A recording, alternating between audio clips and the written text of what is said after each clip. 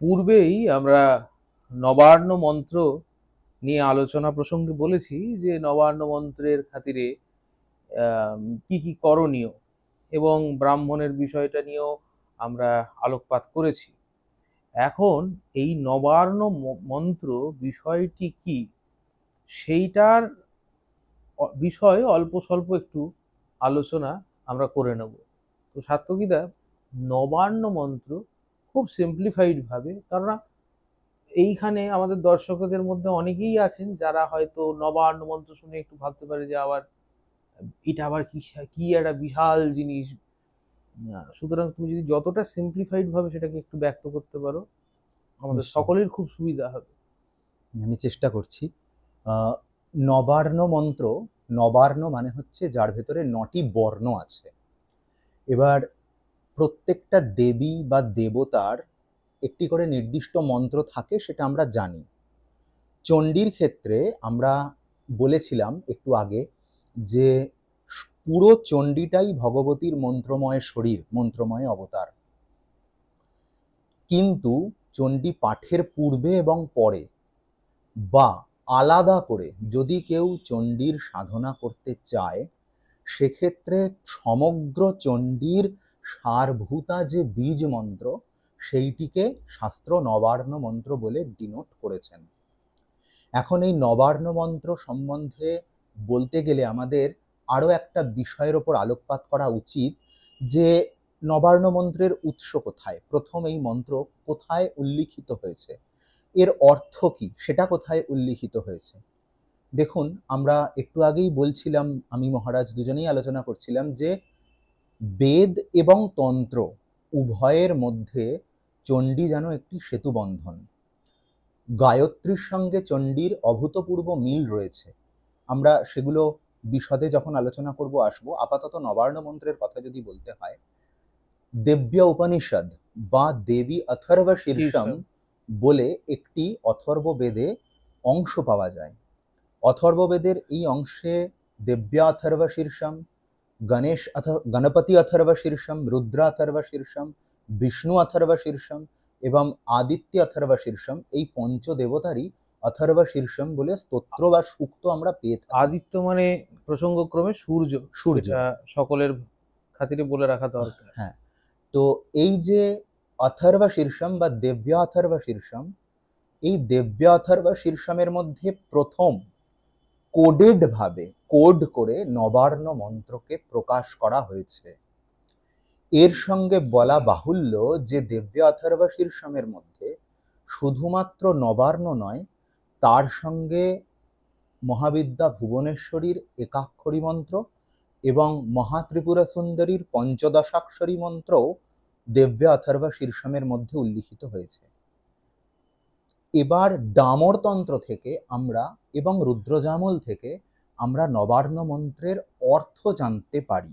নবার্ণ মন্ত্রের অর্থ আমাদের স্বামী জগদীশ্বরানন্দজিও ডামরতন্ত্র থেকে উল্লেখ করেছেন তাঁর শ্রী শ্রীচণ্ডীর ভূমিকা অংশে। কিন্তু এক্ষেত্রে একটা বিষয়ে বোধহয় বলে নেওয়া ভালো। একটু আগে যে নবার্ণ মন্ত্র জপের অধিকার সম্বন্ধে কথা হচ্ছিল, আমি এখানে দু একটি কথা বলতে চাই। যে যারা মন্ত্র দীক্ষিত তারা এবং গুরুর থেকে চণ্ডী পাঠ করবার অনুমতি পেয়েছেন, তারা চণ্ডী পাঠের নিমিত্ত নবার্ণ মন্ত্র জপ করতে পারেন। কিন্তু শাস্ত্রে নবার্ণ মন্ত্রকে স্বাধীনভাবে জপ করার জন্য বা নবার্ণ মন্ত্রের বিভিন্ন ধরনের যে অনুষ্ঠান আছে সেইগুলি করার জন্য কিন্তু গুরুমুখ থেকে নবার্ণ মন্ত্র উপদিষ্ট হওয়া প্রয়োজন। আমাদের ভারতবর্ষে যদি আমরা একটু শ্রীকুলের দিকে তাকাই, যেখানে মহাবিদ্যা মহাত্রিপুর সুন্দরী সেন্ট্রাল ফিগার, সেখানকার যদি আমরা সাধনক্রম দেখি, সেখানে দেখব যে একই অথর্ব শীর্ষমের মধ্যে শুদ্ধ পঞ্চদশী এবং নবার্ণ মন্ত্র উৎকীলিত হয়ে রয়েছে। তথাপি শুদ্ধ পঞ্চদশী দেবার আগে প্রথম হয়তো মহাগণপতি দিয়ে শুরু হলো কোনো সাধকের সাধনার প্রবর্তন, তারপরে তাকে বালা দেওয়ার পর নবার্ণ মন্ত্র দেওয়া হয়।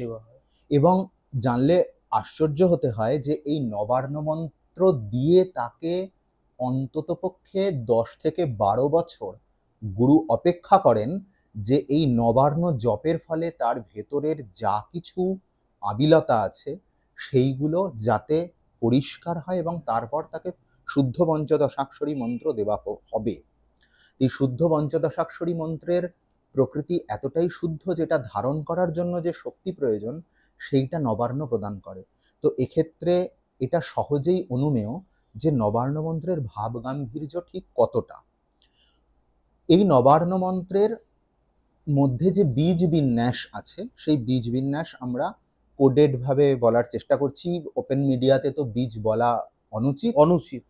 মানে এখানে আমরা একটা ডিসক্লেমার দিয়ে রাখা ভালো। আবারও আমি বলছি, সকলের কাছে অনুরোধ করছি যে আমরা চণ্ডীতত্ত্বের এই গূঢ় জায়গা অর্থাৎ নবার্ণ মন্ত্র, পরবর্তী সময়ে চণ্ডীর মধ্যে যে বীজ মাহাত্ম্য প্রকাশিত হয়েছে এই নিয়ে আলোচনা করব ঠিকই, কিন্তু দয়া করে গুরু উপদিষ্ট না হলে এই বিষয়ে কোনো রকমের মন্ত্র সাধনা, মন্ত্র জপ প্রভৃতি করার প্রশ্রয় আমরা বঙ্গদর্শনের পক্ষ থেকে দিচ্ছি না।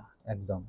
যদি কেউ এর পরেও এই বাধা নিষেধ না মেনে কিছু করে তার জন্য কিন্তু বঙ্গদর্শন দায়ী নয়, দায়ী কখনোই থাকবে না। আমি খুব পরিষ্কার করে এইখানে এই কথাটি বললাম, তার কারণ আমি বহু জনের মধ্যে দেখেছি এবং বর্তমান সময়ে কাঁচা বয়সীয় বহু ছেলেমেয়েদের দেখেছি, তারা অকাল পক্ষের মতো এদিক ওদিক এবং এই YouTube media, social media, Facebook, WhatsApp বা অন্যান্য যা ইন্টারনেটের আর্কাইভ রয়েছে সমস্ত কিছু, সেখান থেকে মন্ত্র অনুসরণ করে নিজেদের মতো সাধন পদ্ধতি, যেখানে গুরু অ্যাবসেন্ট, গুরুর কোনো প্রয়োজনীয়তা তারা মনে করে না। এবং এরকমও কিছু ব্যক্তি বিশেষ দেখেছি যাদের হয়তো গুরুকরণ হয়েছে, গুরু তাদের রয়েছে, কিন্তু গুরুর উপদেশ নেওয়ার কোনো প্রয়োজন বোধ করে না বা উপদেশকে লঙ্ঘন করে এই প্র্যাকটিস করে। সুতরাং সেই সকল ব্যক্তিবর্গদেরকেও আমরা জানাই যে এইরকম কাজ দয়া করে করবেন না। এবং আমাদের এখানে এই যে মন্ত্রগুলি আমরা এখানে যথেষ্টভাবে শুদ্ধ বীজ উচ্চারণ না করে কোডেড ভাবে বলার চেষ্টা করছি, যারা এই কোডটি অনুসরণ করবেন তারা কিন্তু অতি অবশ্যই এগুলি প্র্যাকটিস করার আগে গুরুর কাছ থেকে অনুমতি নেবেন, নিয়ে এই মন্ত্র সাধনা প্র্যাকটিস করবেন। কারণ না শুধু চণ্ডী পুস্তকের সামনে জগদীশ্বরানন্দর জি মহারাজের বই বলুন বা গীতা প্রেস থেকে প্রচলিত বই, অন্যান্য জায়গায় বইতে মন্ত্র পাবেন, ঋষাদি পাবেন, প্রভৃতি পাবেন, সেইটা দিয়ে শুধু মন্ত্র সাধনা হয় না, যেটা সাত্যকীরা একটু আগেই বলল। এছাড়াও অনেক অঙ্গ তার সাথে যুক্ত আছে, সেটা কিন্তু গুরু নির্দিষ্টভাবেই বলা হয়। সেটা কিন্তু আমরা এই চ্যানেল দ্বারা সম্প্রচার কখনোই করছি না বা করবও না, ভবিষ্যতেও করব না। সুতরাং এই কথাটা একটু খেয়াল রাখতে হবে। যাই হোক সাত্যকীরা, তুমি। হ্যাঁ, তো নবার্ণ মন্ত্র যদি আমরা জগদীশ্বরানন্দজির বই দেখি সেখানে দেখব চণ্ডীপাঠের বিধি অংশে দুটি নবার্ণ মন্ত্র তিনি দিয়ে রেখেছেন। একটির মধ্যে শুধুমাত্র বীজ আছে কয়েকটি, আর আরেকটির মধ্যে প্রথমে 3টে বীজ, তারপরে দেবীর চামুন্ডা বলে একটি নাম এবং অন্তিম একটি পদ আছে। এক্ষেত্রে যে নবার্ণ মন্ত্রের কথা বলা হলো, যে যেটি দেব্য অথর্ব শীর্ষমে পাওয়া যায়, সেটি কিন্তু দ্বিতীয় নবার্ণ মন্ত্রটি, অর্থাৎ যার মধ্যে নাম উল্লিখিত আছে চামুন্ডা বলে। প্রথম যে নবার্ণ মন্ত্রটি, এই নবার্ণ মন্ত্রটি কিন্তু মাতৃকা ভেদ তন্ত্রে এটি প্রকাশ করা হয়েছে। এবং এই প্রথম নবার্ণ মন্ত্রটা সম্বন্ধে একটু বলে নেওয়া ভালো, কারণ অনেক ক্ষেত্রে অনেকে কনফিউজড হন যে চণ্ডী পাঠের ক্ষেত্রে আমি কোনটা প্রয়োগ করব, কোনটি জপ করব, আগে বা পরে। মাতৃকা ভেদ তন্ত্রে পার্বতী যখন পরমেশ্বর শিবকে জিজ্ঞাসা করছেন, জগদম্বা পার্বতী, যে এমন কোনো উপায় আছে কি যে উপায়ের দ্বারা রাজরোষ নিবৃত্ত হয়, গ্রহপীড়া নাশ হয়, মোক্ষ প্রাপ্তি হয়, অতুল জ্ঞান প্রাপ্তি হয় এবং ইহজগতের যাবতীয় সমস্যা সমস্ত কিছু নিরসন হয়, আধ্যাত্মিক শ্রীবৃদ্ধি হয়। মায়ের প্রশ্নের উত্তরে শিব বলছেন যে হ্যাঁ অবশ্যই আছে, সেটি হচ্ছে চামুণ্ডার আরাধনা এবং তার একটি বিশেষ অনুষ্ঠান। এই চামুণ্ডার আরাধনা এবং অনুষ্ঠান বলতে গিয়ে তিনি ওখানে দুটি মন্ত্র প্রকাশ করেছেন। একটি চামুণ্ডার কালী বীজাত্মক মন্ত্র, অপরটি এই নবার্ণ মন্ত্র, যাতে শুধুমাত্র বীজ আছে। জগদীশ্বরানন্দজির বইতে যে নবার্ণটি প্রথম উল্লিখিত হয়েছে, কিন্তু সেখানে একটি ক্রাইটেরিয়া আছে। ভগবান শিব বলছেন যে এক্ষেত্রে যে সাধক ওই বীজাত্মক নবার্ণ বা কালী বীজাত্মক চামুণ্ডা বীজ দ্বারা চণ্ডীর আরাধনা করবেন, তাকে অবশ্যই অভিষিক্ত হতে হবে এবং রহস্য পূজার মাধ্যমে চণ্ডী আরাধিতা হবেন।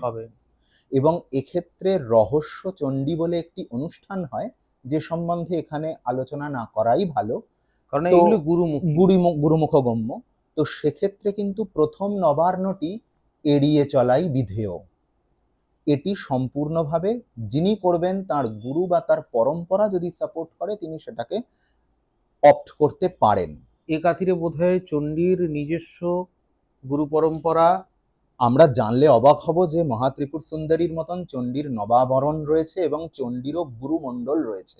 আমরা যেরকম কালীর দিব্যৌঘ, সিদ্ধৌঘ, মানভৌঘ ইত্যাদি গুরু পঙ্ক্তির পূজা করি, সেরকম চণ্ডীরও কিন্তু একটা স্বতন্ত্র পরম্পরা রয়েছে, পরিবার আছে। তো সেক্ষেত্রে পরম্পরার সাপোর্ট, পরম্পরার অনুমতি কিন্তু যে কোনো সাধনের ক্ষেত্রেই খুব অপরিহার্য, খুব প্রয়োজন বলাও ভুল, অপরিহার্য। দ্বিতীয় যে নবার্ণটি আছে সেটি যদি গুরু উপদেশ করেন তাহলে কিন্তু তারা মোটামুটি জপ ধ্যান বা অনুষ্ঠান করতে পারেন। আদারওয়াইজ এটি শুধুমাত্র চণ্ডী পাঠের নিমিত্তই যাপ্য, অন্য সময় না করাই শ্রেয়। জানি না করলে কি ফল হতে পারে। এখন প্রশ্ন যে এটা তো গেল বিধির কথা, তো এই যে নবার্ণ মন্ত্রের যে তিনটে বীজ, যদি আমরা চণ্ডীর চরিত্রত্রয়ের বিন্যাস দেখি, তাহলে প্রথমে মহাকালী, তারপর মহালক্ষ্মী, তারপর মহাসরস্বতী। তাহলে বীজের বিন্যাস এই অবস্থায় হলে বোধহয় ভালো হতো, প্রথমে কালীর বীজ, মাঝখানে মহালক্ষ্মীর বীজ, তারপরে সরস্বতীর বীজ, মহাসরস্বতীর বীজ। কিন্তু আমরা মন্ত্রের ক্ষেত্রে দেখি যে বাঘ বীজ আগে চলে এসছে, আর কালীর যে বীজ বা কাম বীজ সেটা শেষে গেছে, তিনটে বীজের শেষে গেছে, 3 নম্বর বীজ হয়েছে, চামুণ্ডা পদের আগে বসেছে। তো শাস্ত্র আমাদের বলছে যে যে সমস্ত মন্ত্রের প্রথমে বাগ্ভব বীজ বা প্রণব থাকে, সেই সমস্ত মন্ত্র মোক্ষপ্রদায়ী হয়। তো চণ্ডীর এই নবার্ণ ভোগ মোক্ষ উভয়ই প্রদান করে। এবং আরো জানলে অবাক হতে হয় যে কামনা অনুযায়ী, এটি তো মূল নবার্ণ, কামনা অনুযায়ী কিন্তু এই মন্ত্রের বীজের বিন্যাস পাল্টানোর পারমিশনও শাস্ত্র দিয়ে রেখেছে। সরস্বতী প্রধান মন্ত্র, কালী প্রধান মন্ত্র, লক্ষ্মী প্রধান মন্ত্র করেও কিন্তু নবার্ণের পারমুটেশন কম্বিনেশন হয়। এবার এই যে নবার্ণ মন্ত্রের যে বিশদ একটা ভাবগাম্ভীর্যপূর্ণ অর্থ আছে, সেইটা বলতে গেলে আমি একটু ডকুমেন্টের সাহায্য নেব। এই শ্রী শ্রী চণ্ডী বইতেই জগদীশ্বরানন্দজি ডামরতন্ত্র থেকে নবার্ণ মন্ত্রের অর্থ উল্লেখ করছেন। निर्धूत निखिल ध्वान्ते नित्य मुक्ते परात्परे अखंड ब्रह्म विद्यायै चित सदानंद रूपिणी अनुसंध्यदमहे नित्यं वयं त्वां हृदयाम्बुजे इत्थं विषयेद्देशा या कल्याणी नवाक्षरी अस्या महिमलेशोऽपि गदितुं न शक्यते बहूनां जन्मनामन्ते प्राप्यते भाग्य गौरवात्। তো এখানে সরল যে অর্থ করা হচ্ছে নবার্ণ মন্ত্রের, দেখুন সম্পূর্ণ দেবী চরিত্র বা আদ্যাশক্তির চরিত্র এর মধ্যে প্রস্ফুটিত হচ্ছে। যিনি অজ্ঞানের অন্ধকার নাশ করেন, অজ্ঞান অন্ধকার, মোহ অন্ধকার, মায়ার যে অন্ধকার যিনি নাশ করেন, যিনি নিত্য মুক্তা, যিনি পরাৎপরা এবং অখণ্ড ব্রহ্মবিদ্যা স্বরূপিণী, চিদ সৎ এবং আনন্দ রূপিণী যিনি জননী, সেই চণ্ডীকে আমরা হৃৎপদ্মে ধ্যান করি। নবাক্ষরী বা নবার্ণ কল্যাণদায়িনী মন্ত্রের এই প্রকার অর্থ শাস্ত্র ব্যাখ্যা করছে। এই মন্ত্রের কিঞ্চিত মাহাত্ম্য বর্ণন করা সম্ভব নয়। বহু জন্মের স্বীকৃতির ফলে এই মন্ত্ররাজের মহিমা অনুভূত হয়। এটি ডামরতন্ত্রের ভাষ্য নবার্ণ মন্ত্র সম্পর্কে। তো এই যে নির্ধূত নিখিল ধ্বান্তে, এই যে অজ্ঞান অন্ধকার নাশিনী, আমরা উপনিষদে দেখি যে ব্রহ্ম সত্য, জগৎ মিথ্যা, জীব ব্রহ্মৈব না পার, যে আমরা ব্রহ্মই, আমরা নিজেদের স্বরূপ ভুলে আছি। এই যে স্বরূপের যিনি জ্ঞান করান, যিনি আমাদের স্বস্বরূপের জ্ঞান করান, যিনি আত্মতত্ত্ব বিমর্শিনী, তিনি হচ্ছেন এই ভগবতী চণ্ডিকা পরমেশ্বরী। নিত্য মুক্তা, নিত্য, নিত্য অর্থাৎ যার ত্রিকালে কোনো রূপ কোনো পরিবর্তন নেই, যার আদি নেই অন্ত নেই, যাকে সৃষ্টি করা যায় না ধ্বংস করা যায় না। মুক্তা অর্থাৎ যিনি কোনো রকম কোনো বন্ধনে আবদ্ধ নন, স্বয়ং যিনি বন্ধন মোচনকারিণী। পরাৎপরা, এই পরাৎপরা টার্মটি খুব ইম্পর্টেন্ট। আমরা দেখব যখন আমরা চণ্ডীর স্তোত্র চতুষ্টয় আলোচনা করব, সেখানে প্রথম অধ্যায়ে দেবীকে পরা পরাণাং পরমাৎ ওয়ামেব পরমেশ্বরী বলে স্তুতি করছেন ব্রহ্মা। তো জগদম্বার তিনটি স্বরূপ প্রকাশিত হয় এই জগৎকে সৃষ্টি, পালন, জগৎকে টেনে নিয়ে যাওয়া জন্য এবং জগতের স্বরূপ বুঝে নিজের স্বস্বরূপে ফেরার জন্য এবং নিজের স্বস্বরূপে সর্বদা স্থিত হয়ে থাকার জন্য। এই তিন স্বরূপ হচ্ছেন অপরা, পরাপরা এবং পরা। এই অপরা অর্থাৎ পরা বা পরা মানে পরম, অ্যাবসলিউট। অপরা মানে অ্যাবসলিউটের ঠিক উল্টো। অর্থাৎ ঠাকুর সেই কথামৃতে বলছেন না, নিত্য থেকে লীলা আর লীলা থেকে নিত্য। অ্যাবসলিউট মানে হচ্ছে নিত্য।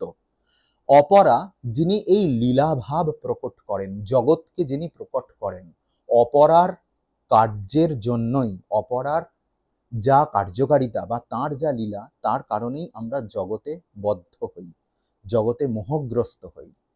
যখন এই জগৎ থেকে আমাদের বেরোনোর ইচ্ছা হয়, অর্থাৎ আমরা নিজেদের স্বরূপ সম্বন্ধে জানবার চেষ্টা করি, মানুষের নিজেদের ধর্ম হচ্ছে আনন্দকে খুঁজে ফেরা। তো এই আনন্দকে যখন সে খুঁজে ফিরতে চায়, খুঁজে পেতে চায়, তখন তার ভেতরে যে অবস্থার সৃষ্টি হয়, এই যে অনুসন্ধিৎসা, পরম জ্ঞানের প্রতি যে অনুসন্ধিৎসা এবং পরম জ্ঞানের পথে চলার যে সামর্থ্য তাকে যিনি যোগান, তিনি হচ্ছেন পরাপরা।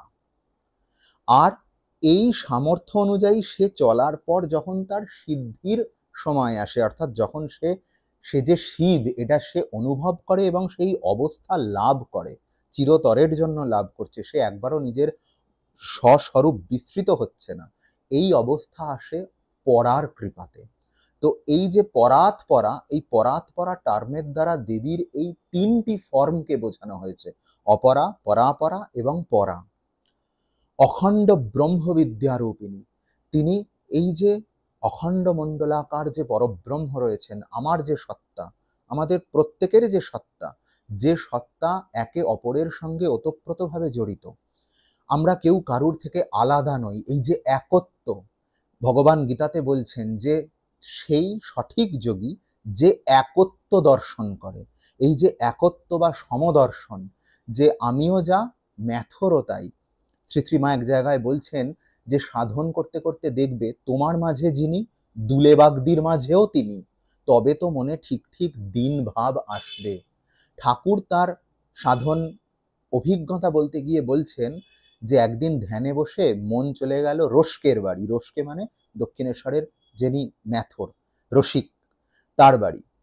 দেখলাম এক কুণ্ডলিনী এক শতচক্র, অর্থাৎ ম্যাথরের মধ্যেও ম্যাথরানির মধ্যেও কিন্তু সেই এক কুণ্ডলিনী এক শতচক্র ঠাকুর দর্শন করছেন। এই যে অখণ্ড দর্শন, বা ঠাকুরের ক্ষেত্রে আমরা আর একটা উদাহরণ দেখি যে গঙ্গায়, মাঝ গঙ্গায় দুইজনের মধ্যে বচসা হচ্ছে, একজন রেগে গিয়ে আর একজনের পিঠে চড় বসিয়েছে, ঠাকুরের পিঠে সেই চড়ের দাগ উপস্থিত হচ্ছে। এই যে বিশ্ব ব্রহ্মাণ্ডের সঙ্গে এক অনুভব হওয়া, এই অখণ্ড ব্রহ্মবিদ্যা যিনি দান করেন তিনি হচ্ছেন চণ্ডিকা পরমেশ্বরী। চিৎ সদানন্দ রূপিণী। সৎ, চিৎ এবং আনন্দ, এই তিনটি টার্ম বলতে গেলে প্রচুর কথা বলা যায়, আমি খুব সংক্ষেপে বলার চেষ্টা করছি। সৎ অর্থাৎ যিনি ত্রিকালে একভাবে অবস্থান করছেন, যার কোনো পরিবর্তন হয় না।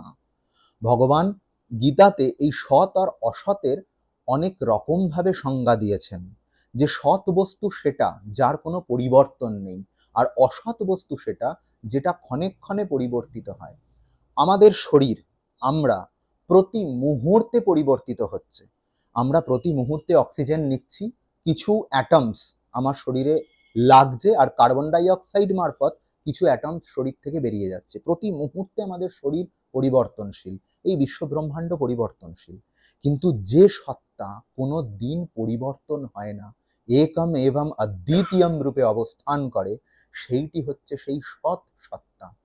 চিৎ অর্থাৎ যিনি স্বপ্রকাশ, যাকে প্রকাশ করার জন্য অন্য কারুর সাহচর্য প্রয়োজন হয় না।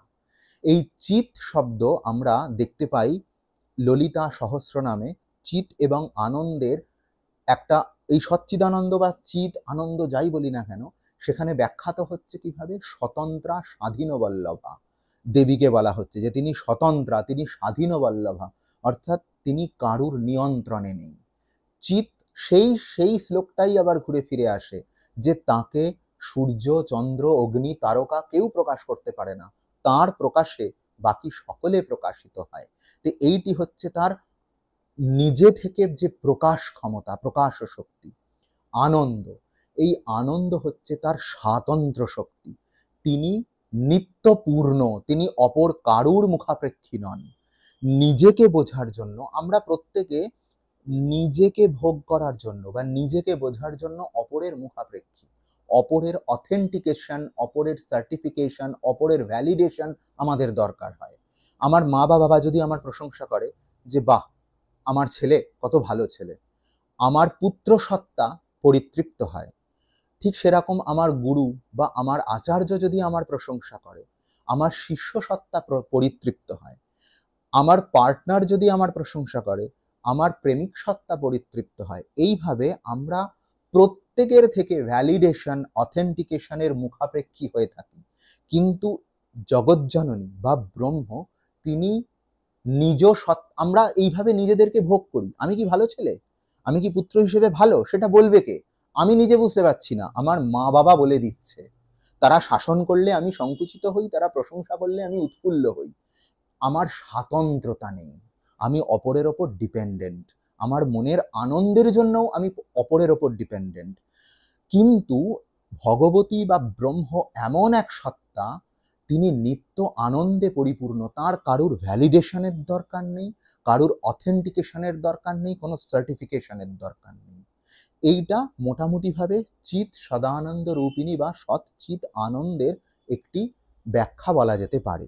এই ক্ষেত্রে এই যে তিন চরিত্র, মহাকালী, মহালক্ষ্মী, মহাসরস্বতী, এখানে আমাদের শাস্ত্রে তিনজনকেও তিনটে ভাবে ব্যাখ্যা করা হয়েছে। মহাসরস্বতী চিতে, মহালক্ষ্মী সদাত্মকে, মহাকাल्यानंद রূপে তত্ত্ব জ্ঞান সুসিদ্ধয়ে অনুসন্ধ্যত মহে চণ্ডী বয়ং ত্বাম হৃদয়াম্বুজে। যে মহাসরস্বতী চিত্রূপা, মহালক্ষ্মী সদ্রূপা এবং মহাকালী আনন্দরূপা। তো দেখুন এই যে তিন চরিত্র, তার তিন চরিত্রের বীজ, তার সঙ্গে চিৎ সদানন্দ রূপিণীর সঙ্গে তিন চরিত্রের অপূর্ব মেলবন্ধন। ইচ্ছা, ক্রিয়া আর জ্ঞান, ইচ্ছা ক্রিয়া জ্ঞান বলতে গেলে সমুদ্র এটা। মহাকালীকে ইচ্ছা রূপিণী বলা হয়, মহালক্ষ্মীকে ক্রিয়া স্বরূপিণী বলা হয়, আর মহাসরস্বতীকে জ্ঞান স্বরূপিণী বলা হয়। ইচ্ছা শক্তি, ক্রিয়া শক্তি, জ্ঞান শক্তি। এই যে ইচ্ছা ক্রিয়া জ্ঞান, এর দ্বারা এই সমস্ত জগৎ ব্যাপার পরিচালিত হচ্ছে। সৃষ্টি স্থিতি সংহার সমস্তটাই ইচ্ছা ক্রিয়া জ্ঞানের দ্বারা সংঘটিত হয়। এই যে আনন্দের কথা বলা হলো, যে স্বাতন্ত্র শক্তির কথা বলা হলো, এই স্বাতন্ত্র শক্তির উচ্ছ্বাস হচ্ছে ইচ্ছা। ব্রহ্ম একম এবং অদ্বিতীয়ম, তিনি নিজেই নিজেকে ভোগ করছেন, সম্ভোগ করছেন। কিন্তু তার ইচ্ছা হলো একো অহম বহুশ্যাম, আমি এক, আমি বহু হব। কিরকম ব্যাপারটা? একজন খুব ভালো ছবি আঁকতে পারে, তার ছবি আঁকায় অসামান্য দক্ষতা, কিন্তু সে চায় যে তার এই যে আনন্দ, সে যে ভালো ছবি আঁকতে পারে বা কেউ ভালো গান গাইতে পারে, তানপুরা বা হারমোনিয়াম নিয়ে যখন বসে, তার কণ্ঠস্বর এবং যন্ত্রের যে আওয়াজ সেটা এক হয়ে যায়। এটা যারা গান করেন তারা বুঝবেন, এটা একটা অপূর্ব আনন্দ যখন হারমোনিয়াম বা তানপুরার সঙ্গে নিজের কণ্ঠস্বরের আর আলাদা করে চেনা যায় না, পুরোটা এক হয়ে যায়, যেন ঈশ্বর দর্শনের মতোই আনন্দ। তো এই যে আনন্দটা, এই আনন্দটা যে উচ্ছ্বাসের দ্বারা বাইরে প্রকাশিত হয়, সেটি হচ্ছে তার ইচ্ছা শক্তি। এই যে সে স্বাতন্ত্র, অভিনবগুপ্ত প্রত্যভিজ্ঞা দর্শনে বলছেন স্বাতন্ত্র শক্তি বা আনন্দ শক্তি বলার পর যখন ইচ্ছা শক্তি বলছেন, বলছেন তৎশক্তের চমৎকারা, অর্থাৎ আনন্দ শক্তির যে উচ্ছ্বাস সেটি হচ্ছে ইচ্ছা। এই ইচ্ছা হচ্ছে পরব্রহ্ম বা জগদীশ্বরীর প্রথম আভাস, যেখান থেকে এই জগতের উৎপত্তি, যে আমি একা, আমি বহু হব, এই হচ্ছে ইচ্ছা। স্বামীজিও ইচ্ছা শক্তির ওপর জোর দিতেন। দেখুন, ইচ্ছা শক্তি, ক্রিয়া শক্তি, জ্ঞান শক্তি আমরা যখন বলবো, আমরা দেখবো এই সবকটা আমাদের মধ্যে আছে। কারুর ভেতরে কোনোটা একটু কম বেশি, এই কম বেশির তারতম্যেই কিন্তু আমাদের কোয়ালিটির তারতম্য হয়। এরপর আসছে ক্রিয়া শক্তি। ক্রিয়া শক্তির দ্বারা সৃষ্টি, স্থিতি, সংহার হচ্ছে, এক্সিকিউশন। প্রথম তিনি ইচ্ছা করেছেন যে আমি এক, আমি বহু হব, এইটি হচ্ছে জগৎ সৃষ্টির সেই পয়েন্টটা, যেখান থেকে জগৎটা সৃষ্টি হবে। শাস্ত্রীয় ভাষায় এটাকে বলা হয় প্রথম আভাস। এই আভাস থেকে পাওয়ার অফ এক্সিকিউশন অ্যান্ড সাস্টেনেবিলিটির দ্বারা যে ক্রিয়া শক্তিটা প্রকাশিত হচ্ছে, তার দ্বারা জগৎ সৃষ্ট হলো, পালন হলো এবং সংহারও হলো ক্রিয়া শক্তির দ্বারা। জ্ঞান শক্তি কি? আমর্ষকতা জ্ঞান শক্তি, অর্থাৎ নিজের স্বরূপ সম্বন্ধে তিনি সর্বদা সদা একেবারে জাগুরক হয়ে আছেন। আমরা আচার্য মুখে শুনছি তত্ত্বমসি, আমরা শাস্ত্র মুখে পড়ছি তুমি শিব, কিন্তু তার আচার্য মুখে শুনতে লাগে না, শাস্ত্র মুখে পড়তে লাগে না, তিনি জানেন তিনি শিব বা তিনি জানেন তিনি ব্রহ্ম। এই যে নিজের স্বরূপ সম্বন্ধে সর্বদা জাগুরক হয়ে থাকা, এইটি হচ্ছে তার জ্ঞান শক্তি। আমাদের প্রত্যেকের ভেতর এই তিনটে শক্তিই রয়েছে, ইচ্ছা শক্তি, ক্রিয়া শক্তি, জ্ঞান শক্তি। জ্ঞান শক্তিকে অনেক ক্ষেত্রে সংহারের সঙ্গেও তুলনা করা হয়, রুদ্রের সঙ্গে তুলনা করা হয়। এই ইচ্ছা, ক্রিয়া, জ্ঞানের শাস্ত্রীয় যে নাম বা অন্য নাম, প্রত্যভিজ্ঞা দর্শনে যে নাম, সেটা হচ্ছে জ্যেষ্ঠা, বামা এবং রৌদ্রী। এই তিন শক্তি, ইচ্ছা শক্তি, ক্রিয়া শক্তি, জ্ঞান শক্তি। জ্ঞান শক্তি সংহারের সঙ্গে কিভাবে রিলেটেড? মনে করুন কেউ সকালবেলা ঘুম থেকে উঠে তার বাজারের থলিটা দেখেছে যে তার এতগুলো আনাজ আছে, এবার সে আজকে কি রান্না করবে। তার মাথায় অনেক অপশনস ঘুরছে, আমি আজকে ফুলকপি বানাতে পারি বা আলু পটল বানাতে পারি বা পনির আছে পনির বানাতে পারি, এতগুলো অপশন তার মাথায় ঘুরছে। কিন্তু সে তো রাঁধবে একটা বা দুটো, তাহলে একটা অপশনকে মেরে ফেলতে হবে যে আমি আজকে পনির করব না, আমি ফুলকপি আর পটলই রান্না করব। যে শক্তির প্রভাবে সে আর একটা সংকল্প বা বিকল্পকে বধ করলো, মেরে ফেললো, এইটি হচ্ছে সেই সংহার শক্তি, যেটা জ্ঞানের সঙ্গে রিলেটেড। যে মানুষ যত জ্ঞানী, সে কিন্তু তত তার জীবনে কনফিউশনের অভাব। কনফিউশন মানে সংকল্প বিকল্প। তাহলে এই জ্ঞানের দ্বারা কিন্তু আমরা আমাদের স্বস্বরূপ সম্বন্ধে অবগত হই। জ্ঞান শক্তি না থাকলে, এই রুদ্রতত্ত্ব বা সংহার তত্ত্ব না থাকলে আমরা ডিসিশন নিতে পারতাম না। আমাদের ডিসিশন নেওয়ার ক্ষেত্রে প্রত্যেকবার প্রচুর অপশনস মাথার মধ্যে আসে। যদি রুদ্রতত্ত্ব দুর্বল হয় কারুর মধ্যে, তখন সে সিদ্ধান্তহীনতায় ভোগে। কোনটা করব, এটা করব না ওটা করব। যার রুদ্রতত্ত্ব বা জ্ঞান তত্ত্ব প্রখর, সে কিন্তু অত বিকল্পের মধ্যে একটাকে বেছে নিয়ে অন্যগুলোকে মেরে ফেলে এবং সেই অনুযায়ী এগিয়ে যায়। এই যে তিন শক্তি, এই তিন শক্তি তিন চরিত্রের সঙ্গে রিলেটেড। ভগবতীর পঞ্চকৃত্য পরায়ণা, ললিতা সহস্রনামে বলা হচ্ছে যে তিনি পঞ্চকৃত্য করেন। সেই পঞ্চকৃত্য কি কি? সৃষ্টি, স্থিতি, সংহার, নিগ্রহ এবং অনুগ্রহ, এই পঞ্চকৃত্য। তার মধ্যে সৃষ্টি, স্থিতি, সংহার তো বললাম। নিগ্রহ আর অনুগ্রহটা কি? নিগ্রহ হচ্ছে নিজের আত্মস্বরূপকে ভুলে যাওয়া।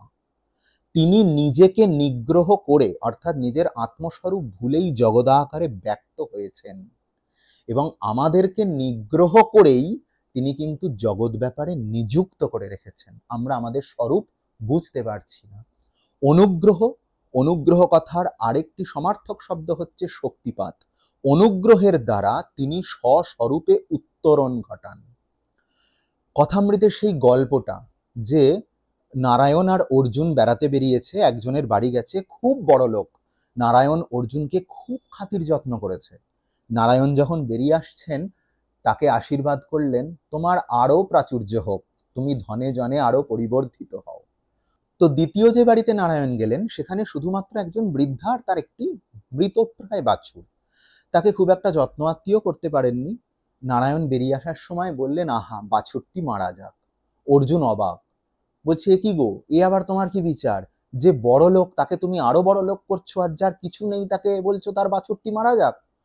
ভগবান বলছেন যে দেখ, দেখলুম ওই লোকটা ধনে জনে পুরো জড়িয়ে আছে, তাই ওকে আরো সংসারে জড়িয়ে দিলাম। এটি নিগ্রহ। আর এই মানুষটি শুধুমাত্র বাছুরের জন্য ঈশ্বর লাভ করতে পারছে না, তাই ওটিকে মেরে ফেললাম। এটি অনুগ্রহ। আমরা না, নিজেদের জীবনে যখন ঘটে তখন আমরা ঠিক উল্টো ভাবি। আমরা অনুগ্রহকে নিগ্রহ ভাবি আর নিগ্রহকে অনুগ্রহ ভাবি। তো ভগবতী এই পঞ্চকৃত্য পরায়ণ, এই পঞ্চকৃত্য কিন্তু ইচ্ছা, ক্রিয়া, জ্ঞানের মধ্যেই রয়েছে। তো এই হচ্ছে সমগ্রভাবে নবার্ণ মন্ত্রের একটা প্রিলিমিনারি কনসেপ্ট। হ্যাঁ, আমরা এরপর যখন নবার্ণের ঋষ্যাদি, তার বিধি নিয়ে আলোচনা করব, তখন আমরা চেষ্টা করব আরো ডিটেলসে। এখন চামুন্ডা পদ এবং বিচ্ছে পদটা বাদ গেল, আমি এই মুহূর্তে বলে দীর্ঘায়িত করছি না। হ্যাঁ, ঋষির ছন্দ ইত্যাদি বাদ গেল, সেগুলো আমরা পরবর্তীকালে আলোচনা করব। তো এই নবার্ণ মন্ত্রের ভাবগাম্ভীর্য যে কতটা, সেটা কিন্তু অনুধ্যান করলে বোঝা যায়। এটা কিন্তু শুধুমাত্র বইতে লেখা আছে, পড়ে নিলাম, বুঝে নিলাম এবং তারপরেই সেটাকে প্র্যাকটিস করতে শুরু করলাম, ব্যাপারটা কিন্তু এরকম নয়। তো আজকে আলোচনা আপাতত মহারাজ এখানেই শেষ করি নাকি? আজকের মতো আমাদের এই চণ্ডীর বা শ্রী শ্রী চণ্ডীর যে আলোচনা আমরা সবে মাত্র শুরু করলাম, এই ভূমিকা পর্ব আমরা এইখানেই শেষ করছি। আপনারা অতি অবশ্যই বঙ্গদর্শনের সাথে যুক্ত থাকবেন। যারা এখনো যুক্ত হননি তারা অতি অবশ্যই নিচে যে সাবস্ক্রাইব বাটনটা আছে সেটা ক্লিক করবেন, এবং যদি ভালো লেগে থাকে তাহলে অতি অবশ্যই আমাদের এই সামান্য চেষ্টাগুলিকে আপনাদের বন্ধু বান্ধব এবং পরিচিত বর্গের মধ্যে একটু ভাগ করে নেবেন। আর ভূমিকা করবো না, আমরা এইখানেই আমাদের সমগ্র দর্শক মন্ডলীকে প্রণাম জানাই। নমস্কার। जय श्री गुरु महाराज जी की जय। जय महामाई की जय। जय स्वामी जी महाराज जी की जय। जय गंगा माई की जय। जय श्री श्री चंडी माई की जय।